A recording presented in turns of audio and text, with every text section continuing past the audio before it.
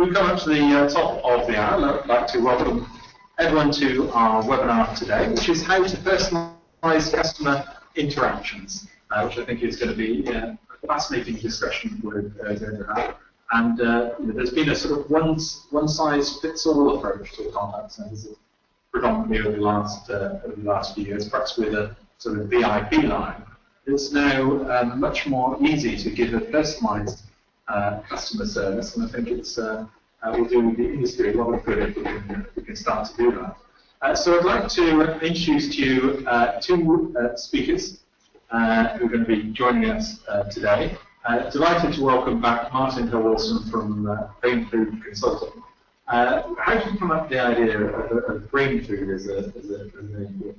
Well, I'm trying to figure out what I do. You know, when you start something new, you think, now what value am I going to actually deliver at the end of the day? And I've always fancied a career where I get paid to talk. That's the easiest thing to say. Well, I don't want everyone in the Absolutely, absolutely right. So the impact, it's just funny because I got into brain food, you know. And I do get told a number of times that's exactly what you do when you spend some time with it. So I'm rather pleased with that. So I've actually had to add little bits on the end, like extra and training and consultancy, because there are people out there already giving me the title, but it works well for me. Wonderful. I'm also delighted to introduce to Beth Ayres to us from New Voice Media.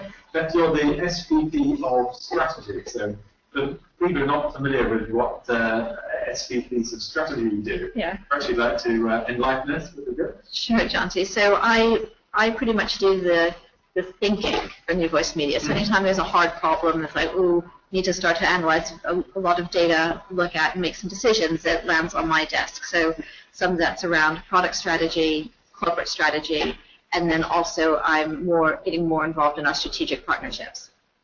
So there's all of this thinking around where are we going, what direction should we head, and how much should we charge for it.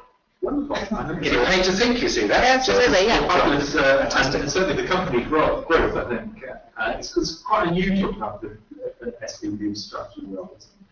It is, and I've actually been in the same role for the last 5 years. So I was a luxury for a company the size of New Voice Media. When I started, we were 32 people, and have most of the same management team that we had then, or executive team, I guess. When we're 32 people, our management team, suddenly with 300 people, you're the executive team, but it's the same people. And I guess the company has grown into my role rather than the other way around. Well, we're going to be carrying on the discussion this week in our chat room. That's at callcenterhelp.com/chat. There is a bottle of champagne or a box of chocolates for the best tip that comes through in the chat room. And Martin, if I could ask you the winning tip after the end of the webinar, which we'll be tweeting probably by around 3 o'clock this afternoon. If you'd like to use hashtag tip for a tip, hashtag question for a question. You can also get a copy of the webinar slides. It's on this link here, download webinar slides. And if you want to watch the replay will be available later on this afternoon. I know a lot of you do like to share these with your team and with your management teams. That'll be on callcenterhelp.com/recorded-webinars. So while you're logged into the chat room, I'd like to ask a question.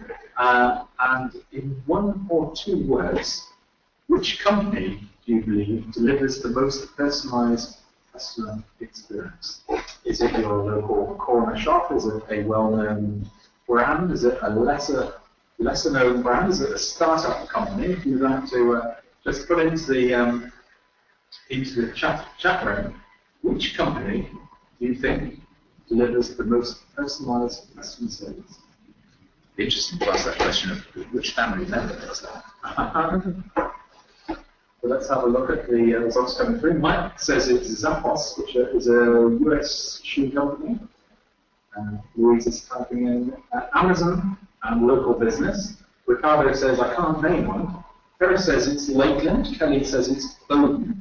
Yeah. I'm not familiar particularly with those, but that's nice. Nathan says it's Amazon or O2. Amanda can't name one. This is quite common. We've got kind of used to not being personalised. I got quite an interesting letter from a company that wanted to be the world's most customer-centric companies, and they sent a letter to me saying, "Dear customer," which I thought we could do better. So let's have a see if we've got any more. I think Andrew's just typing in current. So Martin, do you have a favourite you think that's reasonably personalised in the service? Well, I think the Amazon. You know, we always have the top 5, don't we? We have Amazon, and if you're in the States, you've got Zappos and First Director that's popular in there. John Lewis does well, and all the rest of the stuff. I would say Amazon is remarkably efficient and effective. I mean, it really does work. I appreciate them a lot for the no effort. They work very hard. I'm not sure it's personalised in that sense. The personality doesn't come through strongly. But, you know, you can have certain retail outlets which really look after you, and then you get that sense of personalised. My best one recently was in a hotel, you know, and that's where you're more likely than not to receive it. And I do appreciate the people who sit behind the counter welcoming you, looking after you, making sure it's all good. You know, if they remember my name and little bits and pieces like that, I think that all makes a difference, really. But generally, they are the exceptions to the rule, rather than the fact that any engagement that I have is, you know, based on who I am and what I know. Yeah, we've got a couple more answers. And Amanda says it's local corner shop. That's quite interesting. What attracts me one of the most personalised is that we go to a pub after quiet hours, and I can walk in there and the lady behind the bar can sort of do a mind reading of what I'd like to drink, which I think is a good example of personalisation.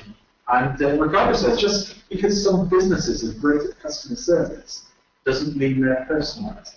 And I think that's quite a true saying overall. So we're going to pass the baton across now to Martin Hay Wilson. And Martin's going to share us some insights on how we can start to personalise some of our customer interactions. So, great. Thank you. Thank you very much for that. So let's just sort of go back a wee bit and look at contact centre in terms of where we've come from in our heritage. I won't go through my full process on this, but I do think that we are still in a fairly industrialized mass production model. I famously say that the most popular webinar I think Jonty has enjoyed in the last 2 years was AHT, which peaked at 12 or 1600, I think it was. You know. And to me, that still remains more indicative of where our attention in fact lies, rather than any of the omni this, omni that, digital this, digital that. The work I'm doing in performance and quality is interesting insofar as that, having now talked to a lot of companies and some very, very well-known names out there, when we're talking about quality management and what we're actually focusing on the spreadsheet, the tick box and everything, it still remains, let's churn those numbers out as fast as we can in a highly industrialized and standardized way that we're in today. So that remains our heritage, and organizations that are trying to do things like getting rid of scripts, making AHT an input for the workforce management, but not necessarily something you give to an agent. People who are trying to get voice of the customer into the business, you know, using a kind of post-engagement feedback loop and all those bits and pieces. This still remains at the level of experimentation for the front line, rather than the massive of our contact centers. So in reality, and I think if we were to contact the average call center, we'd still find our experiences that we're being processed. You know. Now there's efficiencies around the queuing and routing and all those kinds of things, but the ability to spot the individual isn't very strong in the middle of that. So that's our heritage. And that really does raise the experience question of, do you really know me? Now that is kind of, it matters more or less depending on what service we're looking at. So a banking service, what else am I like to use on a frequent basis? Maybe a retail helpline, something like that. Things that I would want to interact with on a fairly regular basis. It is frustrating if they don't kind of learn about me over time. You compare that to maybe something like I don't know, a life insurance business, where I'm probably going to ask you the question, is my policy still valid? Maybe I'm going to ask you that once every 3 years. It kind of matters less at that particular point. But there are a number of organizations and brands we need to engage with where actually we're not learning, and it still irritates. I have to repeat the same old questions.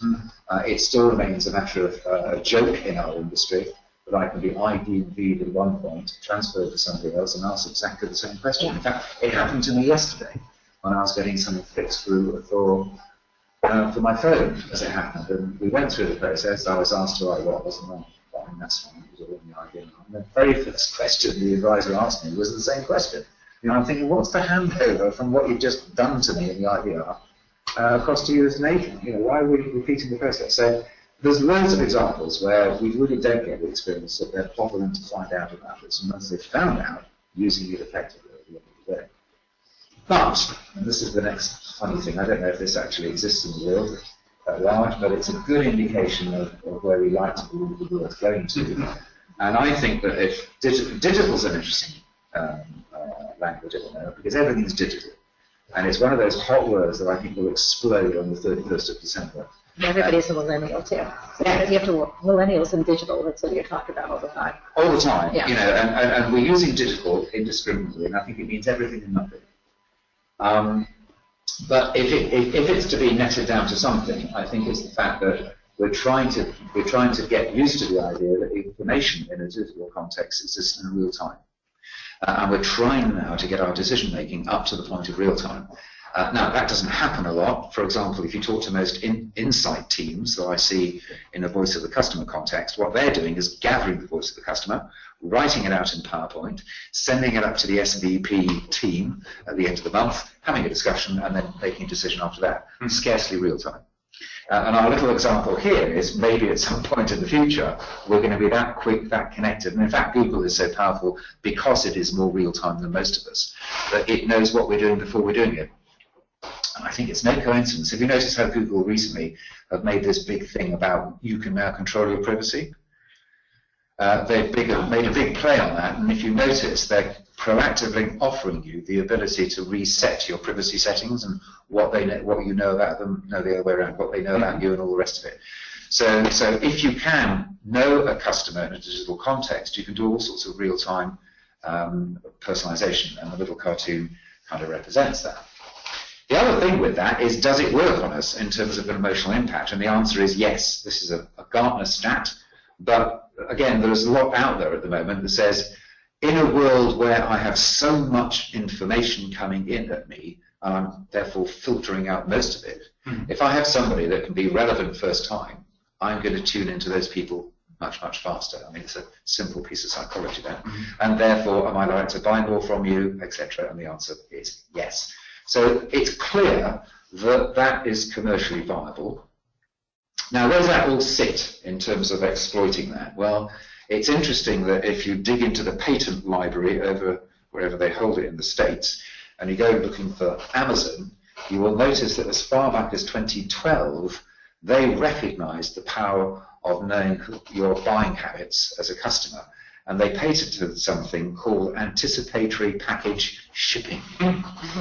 And that really is based on all the things that they know about you, such as previous orders, product searches, wish lists, shopping carts, returns, even how long you hover over a particular item.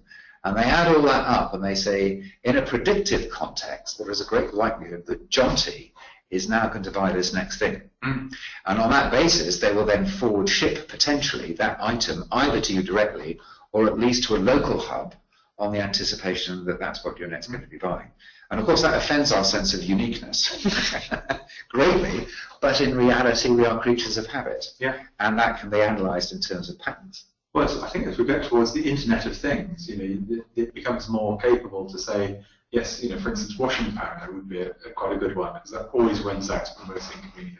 Doesn't it just? Time, yeah. Where your washing machine could tell the internet you've done 18 washes, and so you need a certain top up of washing powder. Yes. Would actually be a very useful service. Well, actually, we had a webinar a while back on that, and I know that New Voice Media is experimenting with this, aren't you? Where you're connecting some of the signals that are coming via the cloud for the Internet of Things, and you can route that to an advisor at the end of the day. We can. I mean, we're not quite going all the way to automatically ordering something at the end of it, but being able to being able to highlight maybe your laptop fan is going too fast, or brakes are needing to be that was actually one of those examples. So, brake pads on cars are coming up, so you can pre-order those brake pads, so that when the service is coming in, you know that that's going on, and starting to automate some of those rote activities. Yes. So that agents are freed up to do not rote activities. Yeah. So that's important, and I mean, I think that will take some time to roll out, as all of those product sets, our toothbrush down to our tyre is connected in that way. But it sets an expectation that the world is going to anticipate our requirement, and that's the world that we're kind of trending into. And as this slide here says, refrigerators that can tell you when it's time to buy more milk, smart TVs that predict which show to record, and the kind of Google Now software. Actually, it's interesting. Anybody in the audience using Google Now? I'd be interested to hear anything from you in terms of, does that add to your life? Is it spooky? I certainly haven't turned that on, but if you're willing to allow Google to see a 360-degree view of you, but that's putting a face here. I've tried it and didn't quite do that. No. For anyone in the audience not familiar with Google Now, do you want to just quick run through what it is? Well, really what they're doing is to say, look, if you allow us, and we are trusted in this context, to know what you're doing in terms of maybe Google Mail, what you're doing in terms of the searches, let us see what's happening in terms of your contacts, your diary, all of that. We can analyze that and then push you useful comments. I mean, you see it they're all doing the same. I mean, Apple with Siri, for example. It's interesting if you listen to the comments about what the next operating system is going to do. They think that rather than try and report on everything, they're going to move to an exception-based model. Because now we know about what? We know about your basic work habit. We know about your listening habits, as far as music is concerned, certainly. That's coming through, your fitness, the whole thing. So what we can now do is report back to you in terms of exception-based reporting. So Google Now is a version of this intelligent assistant that supposedly sits behind you as a digital shadow, making these little suggestions to you, prompting you, you need to be here in 15 minutes, you need to be there, here's a better suggestion. But it's a bit klutzy, is it still? So far, I think it's a bit new. Yeah. Well, Ricardo says, I use Google Now every day and fully embrace it. It saved me time and money and genuinely brought to my life a lot of benefits. Really? So, is that based in the UK or US? I think Ricardo Sheffield, isn't he? I think that's why you mentioned you were Ricardo, so yeah. Be interesting. Kira says Google Now is great when it works. I find more time logging back into my account as I switch between devices, as it doesn't enjoy staying logged in. Ricardo, that's interesting. It's in the perpetual state. Right. Yeah. Okay. So early days. Yeah. But again, if we sniff that and go, what would that look like when it all joins up and works perfectly well? Yeah. The direction is clear in terms of where we're all headed strategically. So my question here then is, does customer service need to catch up with that world? I think it's been much more pioneered in the marketing space and other arenas. And the question is, are those customers going to say, well, if they can do it here, why can't they do it there?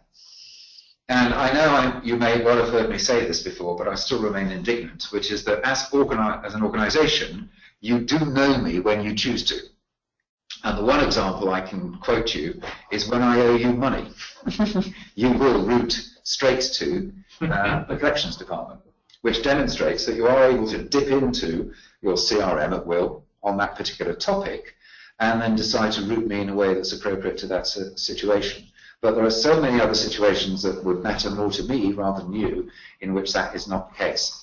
So part of our discussion today is to suggest that the ability to personalize is much closer than I think many brands think in a customer service context. And part of the issue we've got is that we are just perennially lazy, quite frankly, with our customer data. And what we don't do is try to use that in a real-time way to personalize the experience in a way that we couldn't be doing. Anyway, let's unwrap that in a second. So here we go. So in addition to the fact I owe you money, what else is there? My needs, my expectations, for example, that might drive it. My personality. John T. suggested something about that to me when we were preparing this webinar, and we'll have a look at that a little bit later, which is interesting. What about my situation? How much can you infer about the context and situation I'm in right now, and therefore do something that suits my needs? Or indeed my history. You know, history, as Amazon demonstrated in that patent, is quite a good indicator of what else I might well be interested in next. So, here's an opportunity to hear your voice. Jonty, do you want to take us through this first poll? Yeah, the poll I'm going to ask is, what is your maturity in personalised interactions? Is it based on the same treatment for every customer? Is it based on advisors making customers, so advisors responding in different ways to people? Is it based on the smart use of customer data for some situation or customer groups? Or can you predict their needs in real time? You can select multiple answers in here, so if you'd like to select all that are appropriate to you, I think it's going to be quite interesting. Beth, I think, what's your view on advisors making it personal? Do you think that's probably where we are now in many ways? Absolutely, and that's what Martin was talking about, of getting rid of scripts and letting people respond to callers when they come in. But you still have that entire experience up until the point of speaking to an agent or a rep or an advisor, that you'd have to still be ID'd and V'd. You don't know where you are. You have to go through the IVR. So it might be a nice experience at the end, yes, but getting there is oftentimes still pretty painful. And I think let's have a look at the results now on the screen. You're absolutely right. The highest number, 68%, is based on advisors making it personal. 34% actually base the same treatment for every customer. 32% are using some form of smart data. That's cool. For situational customer groups, and 16% of the audience can predict the needs in real time. So if you're doing predictive stuff, it'd be interesting to put into the chat room how you're able to do that. Yeah, we want to know that. Absolutely. That's very interesting. But back to the point, I think that obviously, because it's been so difficult to know the customer, we've used the human touch to then compensate. And of course, the human touch remains absolutely essential, but not at the expense of the fact that it's been a struggle to get to that, to that point to begin with. So the future, I think, ideally, is about using what we've already found out about you to intelligently customize, and then you've got the human layer on top. We can marry those two things together, very, very powerful. Right, where are we? So let's now have a look at some examples. What happens when we personalize based on knowing the customer situation? So this is a bit of a conversation also about multi-channel and omni-channel, because it's undoubtedly true that in a pretty short space of time, really the last 3 or 4 years, we have moved off of just an addiction to the phone. Chat is increasingly popular. That's growing very, very fast. I'm surprised to see also that that text has come back in. Instant messaging is coming back in. That's being talked about a lot at the moment. And that is impacting social customer service in an interesting way. Some of the fastest growing things are not another Twitter, another Facebook, interestingly. It's the things like WhatsApp, it's the things like Facebook Messenger. If you look into the Far East market, WeChat is massive. It's got 600 users. And that's grown from a base of 290 in about 16 months. It's just been an enormous revolution. And it's got a number of things going on there. It's got the equivalent of Apple Pay already embedded into that environment. And within a single instant messaging window, you can basically do your business with whoever you wish to do.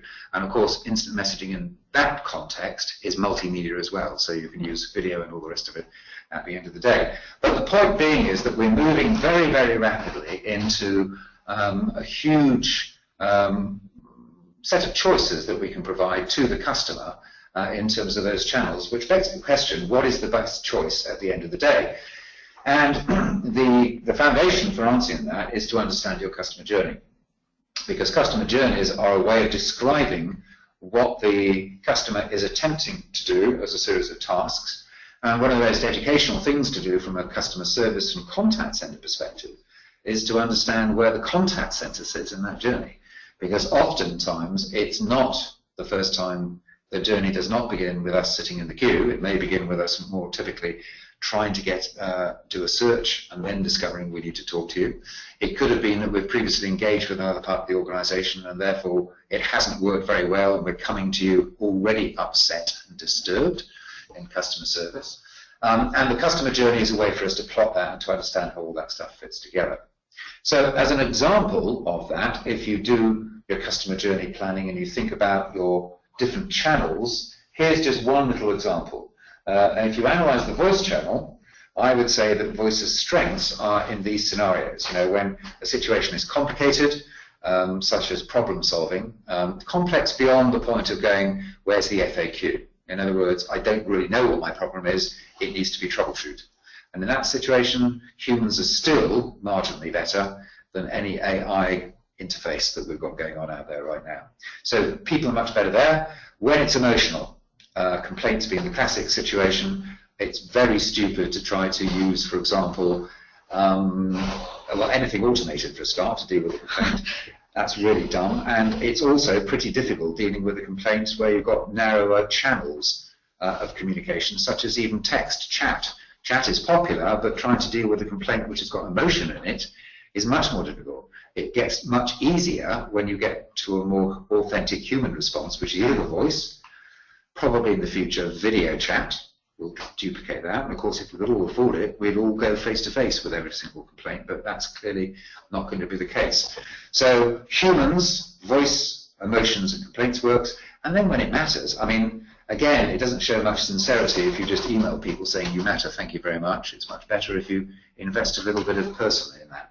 So again, I'm a big fan of, if you're trying to do retention, particularly when you can afford it, the margin of the product's there, you should use live engagement to make those points that you matter to us as customers. So if you analyze that and then look at your cues, your inbound, and say when it's complex, when it's emotional, when it matters, that tells you where voice ought to exist. And by definition, the remainder could be done either self-serve or through other channels at the end of the day. And if you analyze all your channels in that particular way, then you get an understanding of when they're appropriate given the particular customer task. Unpack that a little bit more, and this really, by the way, is the duty of your Voice of the Customer program, to understand what customers are trying to do. There are a whole number of things that trigger us in terms of the way in which we choose to engage with you as an organization. It might be the nature of the task, for instance. You know, in certain situations, it's just going to be dead easy, dead quick. You know, what about the lunch hour? What do we try and pack into a single lunch hour? Lots is the answer. We bring not just our work to-do list, but we bring our at-home to-do list as well. We're probably trying to squeeze in something else, have some lunch at the same time, possibly doing some shopping. And it might be that we need to make one or two things to one of those suppliers. Now, in those circumstances, as Beth said earlier on, the simplicity of social is very appealing in that situation. You chuck it out. You don't have to find a telephone number. It's your job as the organization to pick it up and be responsive. Hence, the circumstance drives the thing. In another situation, for example, audit trail is very important. You might be negotiating something, dealing with something, trying to get a return, trying to actually get a company to agree that it was their fault and that they will fund the bill. I mean, let's take a claims situation. Now, if you're going to do that over chat, the fact that certain organizations will also then provide a transcript of that is very important, because you've then got a record of what the organization is committed to in terms of responsiveness or what it's agreed to do. Now, again, if I'm trying to do my business, as I typically am going to be doing over the smartphone on the move, having the reassurance that I'm going to have a transcript at the end of that may well drive me to choose that particular channel. It may be, again, the experience matters a lot. So health insurance, one where you have to book in a treatment because your doctor said your life suddenly isn't as fine as you thought it was. In that situation, voice is preeminently important from the point of view of empathy. So again, the experience that you want in that particular situation possibly drives you to a channel. Situation, where you can see all through there, all the different things drive it. Quite often, for example, we're out of signal, or we're out of broadband. That might mean we can't use our preferred choice. Well, as an expat, for me, I sometimes need to contact America. Oh, yes. And that is very difficult to do. Whether or not you can make a long-distance call at that time, whether or not they're open. Also, oftentimes you only have a toll-free number that will then not let you call, and they don't give you a domestic number. So I find that I actually use chat more often than not when I'm trying to contact. That's interesting. So you need to think about, and there are many more of us, and the world is very global now, and it might not be an expat, but you might just be in a different country and needing to contact your original country and thinking about how you can provide that. Good example. Great. Brilliant. Brilliant. And then comms habits. You know, all of us are of a generation, and within that generation we have all normed and formed our social grouping around a particular form of communication. You can't avoid that, you know. So the only difference between, let's say, Jane Austen and today is that it might have taken you a month and a half to discover you were being dumped, because actually the letter of horse and carriage, versus sort of microseconds on the dance floor these days. You know, you just publicly tweet the embarrassment of you're dumped. But anyway, the comms habit that you are used to and you trust, that matters to you as well. And then the last one, which is a little soapbox of mine, is have you let them know what's available? You know, we really don't promote customer service in the same way as people promote products, if you think about it. And, you know, I'm very fond of saying that if you look at a product, I've got one here, which is a juice burst, as it says. On the back, it's got tons of information about what's inside it. You can't get away in these days with a product without describing what's inside it. We don't do the same in our customer service. We do not make ourselves accountable for SLAs. We do not say what channels are available. We don't explain how you can engage with us. And if you say to anybody in the contact center industry, what are your SLAs? They'll go, oh my God, I can't possibly commit myself to that. It all depends. Well, you know, you don't have it all depends bottles of juice, do you? Which don't stand up straight, might be blue instead of that, you know, colour that it is. Just turn the camera back on. So okay, well, there you go. There you go. There's the juice. So you see, that is what it is, and you'll get very upset if it's the wrong colour or shape. But it's not real-time juice. Well, okay. That is the... No, that's yes. But on the other hand, if you look at that juice and how good it's got to taste, within the norms of both hygiene and all the rest of it, that's an equally demanding requirement. Real-time service is just another type one of those. So, you know, there are some examples of that. So KLM on its Twitter board actually provide you with a real-time assessment of how long you're going to have to wait until you get served on there. So that's one good example. Somebody was telling me that example yesterday. I can't remember where I was, but the exact same example came up. So yeah. And you can sit on visual IVR routines as well, where people will give you information about how long you're in the queue. Yeah. So, you know, it's a busy Monday morning. That's how long we're waiting on phone. That's how long we're waiting on chat and email. And you can make an informed decision as a customer. Hang about. I think I'll go for a call back. I just don't have the time. So anyway, there we go. My little rant about awareness on options at the end of the day. Here's another interesting one, which is, it's a few years old now, I think, but it's still valid for me, which is Forrester analysing by asking a bunch of banking customers what form of, I suppose, channel, really, at the end of the day, PC, branch, live, or ATM, do you prefer to use for certain tasks? And the analysis clearly shows that we gravitate towards certain channels based on the fact that they are the most convenient way of doing stuff. You know, hole in the wall absolutely kills it in terms of withdrawing money. You know, it's remained popular from day one. And so we can quite clearly see, if we understand the nature of the customer task, it tells us which channel people prefer to use at the end of the day. If all of that's too complicated to organise, there's a very simple way through this, which is ask. Now again, I don't know many people that have really captured this idea and have decided to ask their customers, how do you prefer to engage with us? It's a perfect opportunity when you onboard them, if you think about it, as part of that process.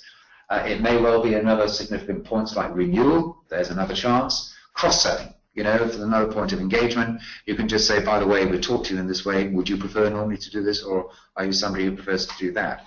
And that's a form of recognition, and there's a piece of ICMI research from the American world which says, you know, people will change brands apparently, not just because of poor service, but also because the preferred channel isn't being offered. Yeah. You know, so it's not as crazy as it sounds to get that right. So there's some ideas in terms of situation, in terms of personalising, and going through the process of thinking about journeys, matching those to different channels based upon the strengths of those particular channels. But now maybe let's have a swap and hear what we might or might not have generated and what's going on in our chat room today. Jonty, over to you. So, Megan, you're running the chat room today. Is there an interesting conversation going on? Yeah, the chat room's been really busy today. It seems that everyone's got their own opinion on this and some really good ideas coming through as well.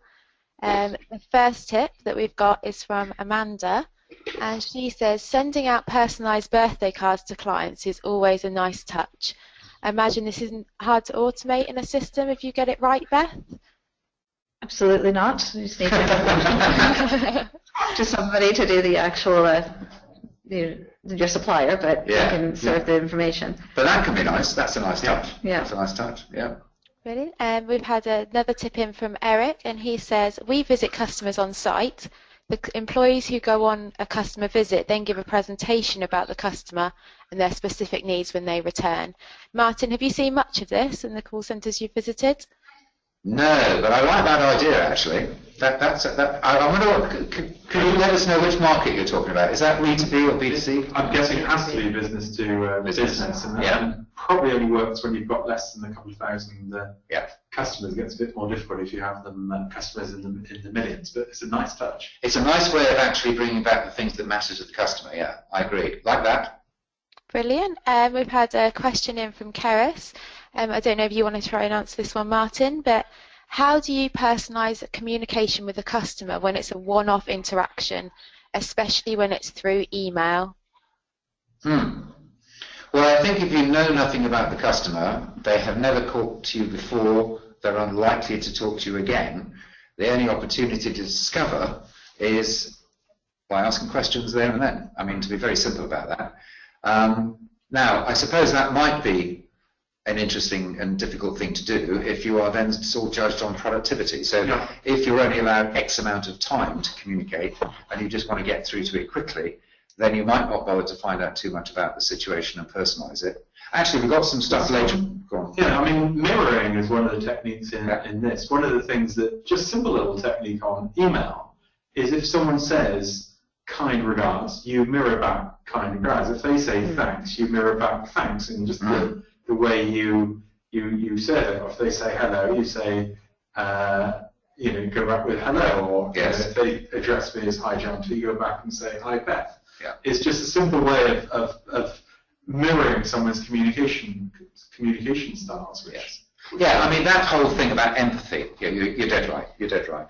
Which is, I think all call centres ought to have somewhere in its DNA a knowledge of the basics on NLP. You know, the idea that you've got different channels and people have got different NLP, that's neuro-linguistic programming, which is as opposed to natural language processing. Yeah, addressing callers in different ways. We've got a couple more, Megan? Yeah, this one actually follows on really nicely in terms of that question from Lisa, and it says, we get them to pick up on lifestyle signals, for example, going on holiday, getting married, or whether there's a baby or a dog head in the background. That way we're letting the customer know that their call is unique and not just another customer we want to have an interest. Yeah, that's a good one. I went to a travel call centre once that did travel insurance, and the caller would phone up, and they used to say, where are you going to? They go in Spain, they go around Spain, and type into the computer, yeah, that's going to be that price. Now what they do is they say, when they phone up and say, where are you going? Spain. Oh, that sounds nice. That's nice weather this time of year. Where are you going? And they go, I'm going to Benton. And they go, oh, it must be lovely this time of year. Just a simple way of expressing some interest and getting away from the contact centre as a factory, if you like. Well, do you know, the other reason for that is it works just as well, it works on both sides of the equation. The customer appreciates that connection point, but from the advisor perspective, it's not just another call. Yeah. You know, one of the great problems is when I'm taking 20, 30, 40 calls a day, multiplied by 5 days a week, multiplied by the months in the year, it's very difficult to maintain a sense of freshness. So it helps both sides. Brilliant. We've had another tip in from Ricardo, and he says, invest more time and money in agent recruitment and retention. People with personalisation skills and empathy are worth keeping. I think that's a very good one there. We've had another one in from Elko. They say, we personalise our email messages with avatars of our employees. And I think that's all we've got time for now, John T. So back to you. Okay, we'll be picking up some more tips a little bit later on. So Martin, you're going to look at some of the needs and history. Yes, so we just did situation. Now let's have a look at needs and history. And this is something dear to my heart, which we've talked about before when working here over at the new Voice Media camp. And it's because routing is often done very much from an inside-out perspective. You can think about it the other way around in terms of the situation the customer is in. And we were discussing this, in fact, during the rehearsal.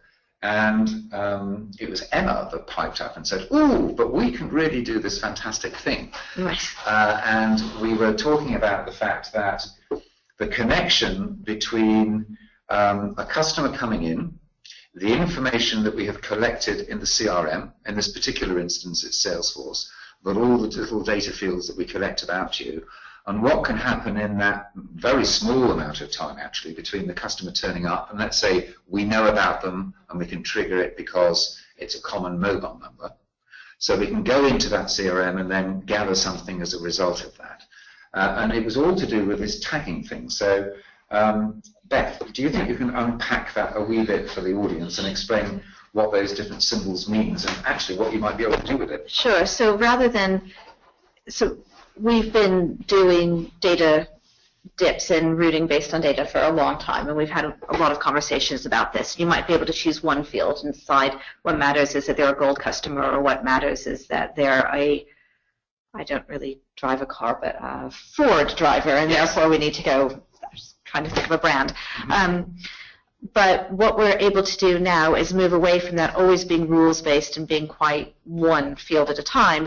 And in our new routing engine, you can apply lots of different attributes for one person, because we're not all one thing. We're not always necessarily the gold customer, or maybe gold customer is important, but a different customer is much more important because you have you're going into a new area, you need to win customers in a different area, whatever it is. And also just all of us, we're lots of different people at one time. Yep. So you can decide which of those attributes you want to tag somebody as, and then choose how you route based on multiple attributes, and weight which one is more important at that time, and then route in that direction. So it also means you can get rid of the IVR, get that personalized experience. And so as an example is, I might not be a gold customer, but I'm clearly a disgruntled customer, and I've been phoning in 14 times in the last few days. The last thing in the world I want to do is go through another IVR. Indeed. And to be able to go to somebody who is high on the empathy scale,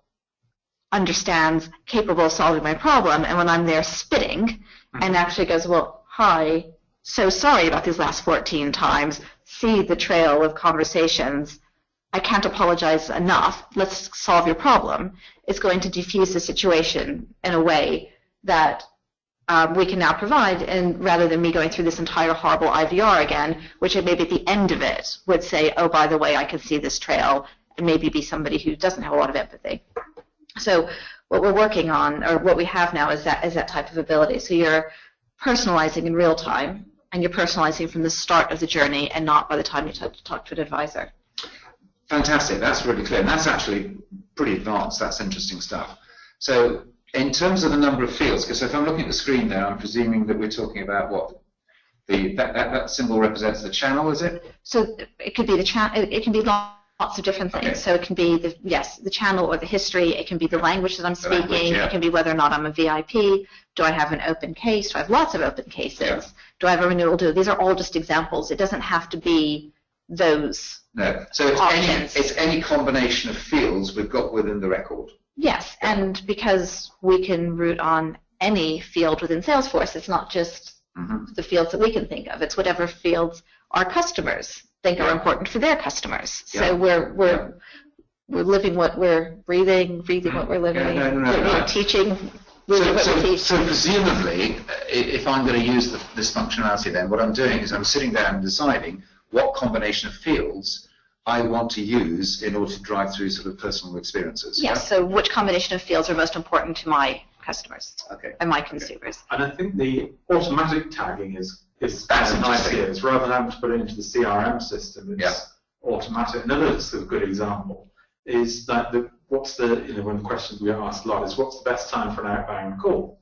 Well, if someone's made an inbound call into you, that's probably giving you an idea of when is the suitable time to put an outbound call. So if they call you in the lunch break, that's a good time to reach them, rather than perhaps during Coronation Street when they may not appreciate a call back. So it's using some of that automatic tagging to generate preference. And by the way, in this world, which comes back to this definition of digital being using information in real time, as I understand it, those are automatically generated and then they disappear once they've been used for that one instance. In other words, it's just, in the moment tagging. Well, that's what's the relevance of that moment. And so you can choose different tags for different times. Different circumstances. Okay, so that's a good example there.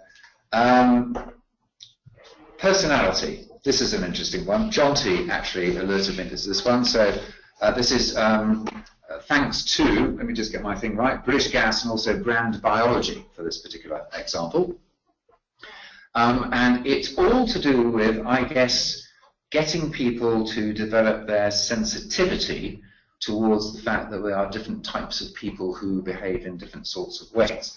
And if you just see there the definitions of feeler, entertainer, controller, and thinker. What's been interesting in this particular deployment of it over at British Gas is that all of the advisors there have gone through this particular workshop and have been challenged to think about themselves in terms of those choices. And on the desk, they are now labelled as feeler, entertainer, thinker, etc., etc. And it helps them to identify their own core preference and their own core strength, and allows them then to tune in to the way in which customers are also preferring to communicate and engage.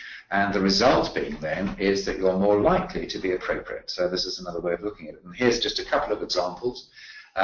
If you know, for example, that your customer is much more orientated towards a feeling approach, I mean, if you use NLP language, that's a kinesthetic approach, for instance, you really empathize with what matters to them from that perspective, and you don't be overly bossy or too sort of process orientated as far as that language is concerned. There's one little example scenario. And here's another one, which is kind of the opposite, I suppose, which is somebody who's much more on the moment, on the point, just wants it all to happen. And the last thing they want is a long piece of sharey stuff. They just want the stuff to get sorted. Now, again, I think that most of us who would consider ourselves to be effective communicators would start to tune into that and intuitively do it.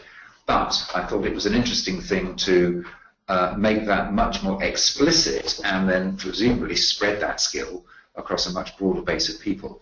And I bothered to take a look at the in-depth case history they wrote about that on the site, and they really got some significantly impressive results coming through from that, and it did drive their NPS scores very, very high as a result of the fact everybody is much more tuned into this. Yeah. So I see some real benefits on that one. I don't know, did you, because you'd heard of it before? And yeah, when you sit there, I think it's very much that, just recognising that the split between the controller and the entertainer.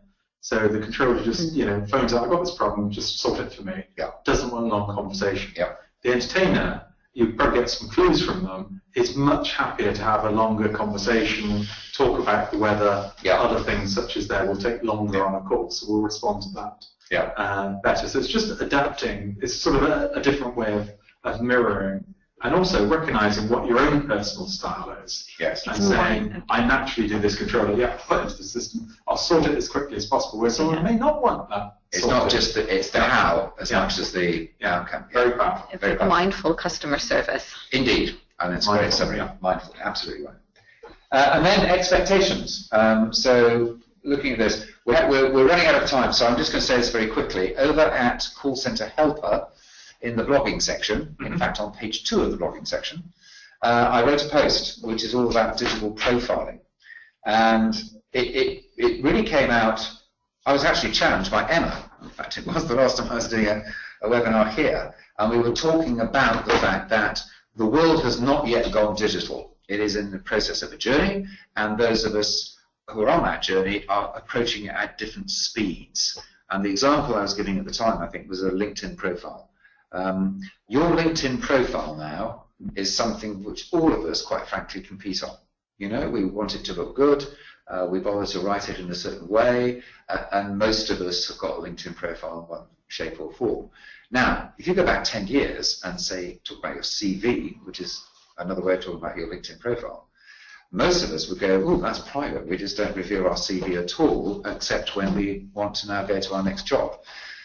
So, in a very short space of time, what used to be private has now become very much a public asset and one that needs to look good. At the moment, we think our medical records are private. They're not quite. But anyway, maybe in 10 years' time, that will have changed as well. So it's interesting to see where people are in their digital development, if you want, as far as that's concerned.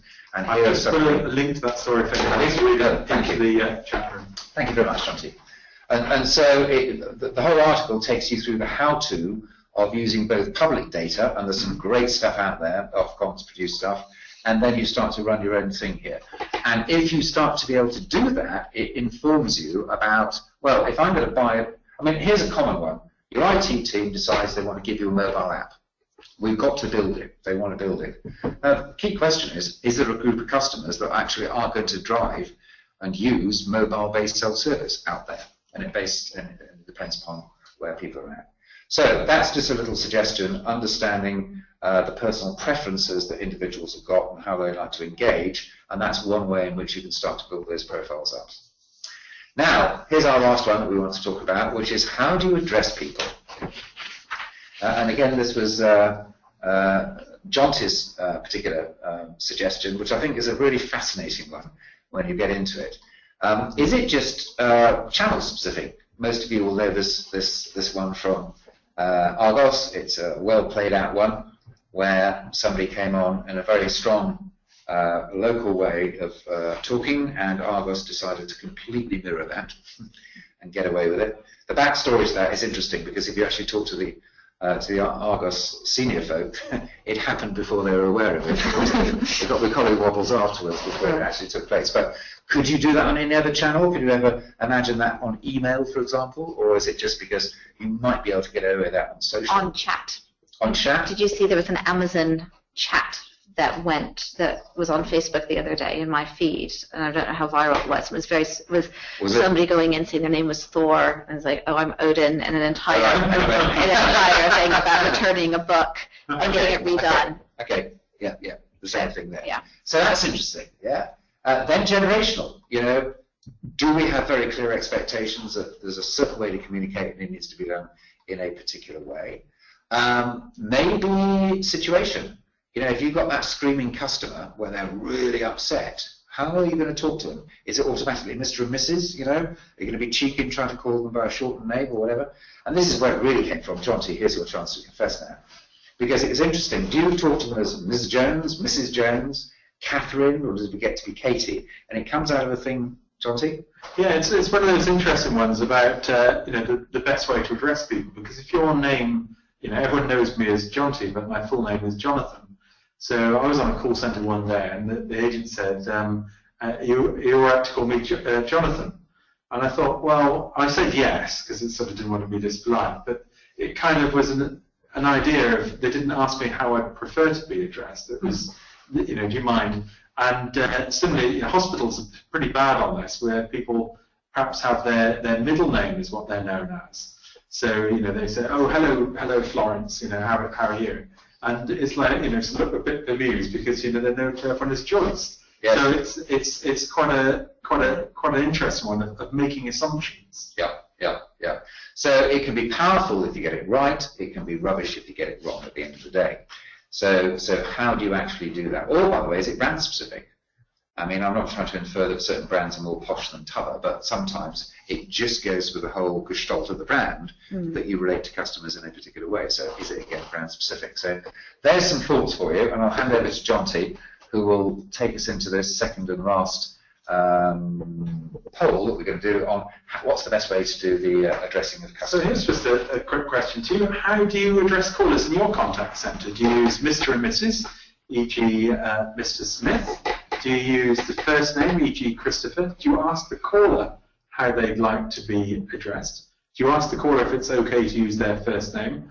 Or do you not particularly? You can vote on more than one option here. So if you'd like to put your results into there. So how do you address callers? I think it's quite interesting to see how you do that. So let's just share the results with you up on the screen here, and some quite fascinating results. 54% are choosing to be very formal on this, Mr. and Mrs.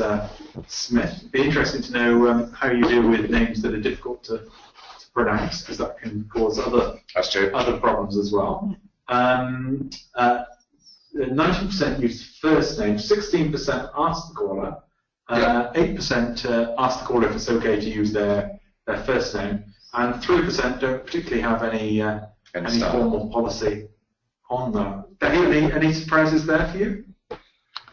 That there's so many on the surname. Yeah. Because I'm trying to think the last time I was ever addressed with my surname, and I can't think I have been. No. It might be it's a slightly tricky one, but everybody just goes straight for first names. Yeah, yeah. How does that compare? Because you've asked this a number of times. Is it? No, I've never asked this question. This one. No, That's right. interesting. So, That's interesting. and it'd be interesting if anyone's got any thing about how do you deal with Miss, Mrs. or Ms. I don't know if that's filled in on an initial form, whether you collect that information, but that would be interesting to see as well.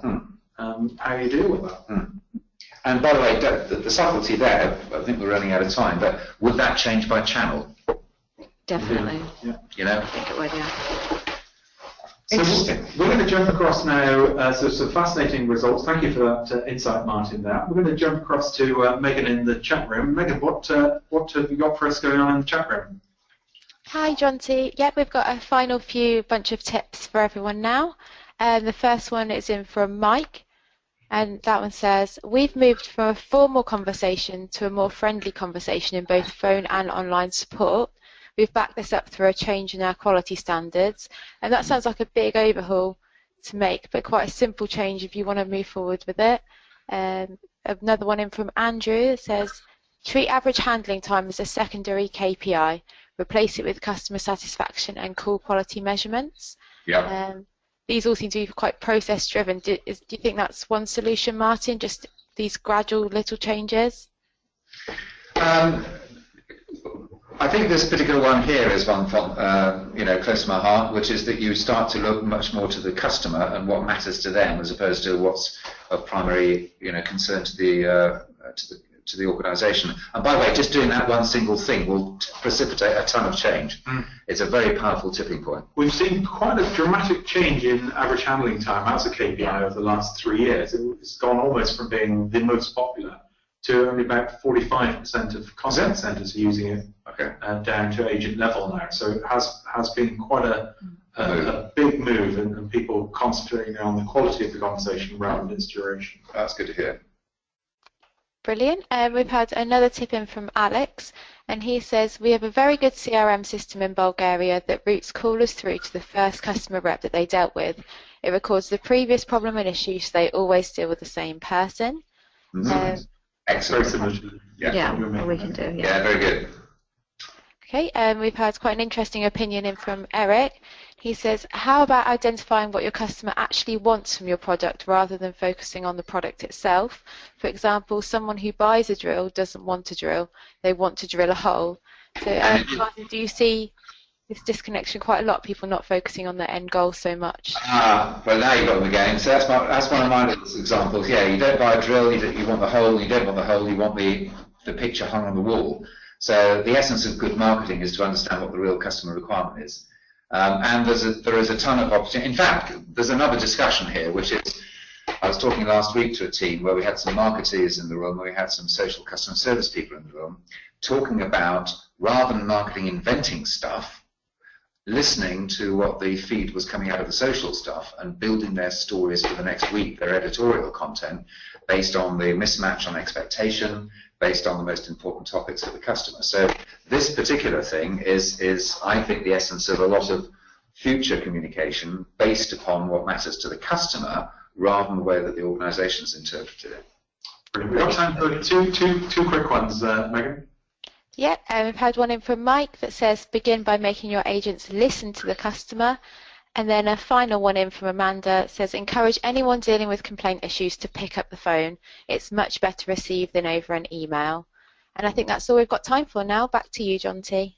Indeed. Thank you very much for that. I think that's certainly very appropriate that sometimes, as we mentioned earlier, moving between channels can also be a very good one to personalise interactions overall. So in one or two words, if you'd like to type into the chat room, what did you like best about today's webinar? Copies of the slides are going to be available on the webinar page, and you can watch the replay later on this afternoon. So just like to say thank you very much to our guest speakers. Martin Hill-Wilson, thank you for joining us today. Pleasure. And to Bethany Ayres, thank you for joining us today. Thank you. And we will be announcing our webinar series very soon. So thanks very much to everyone, and we're going to have a summer break and hope to see you again in the autumn. Thanks, and bye-bye all. Bye-bye.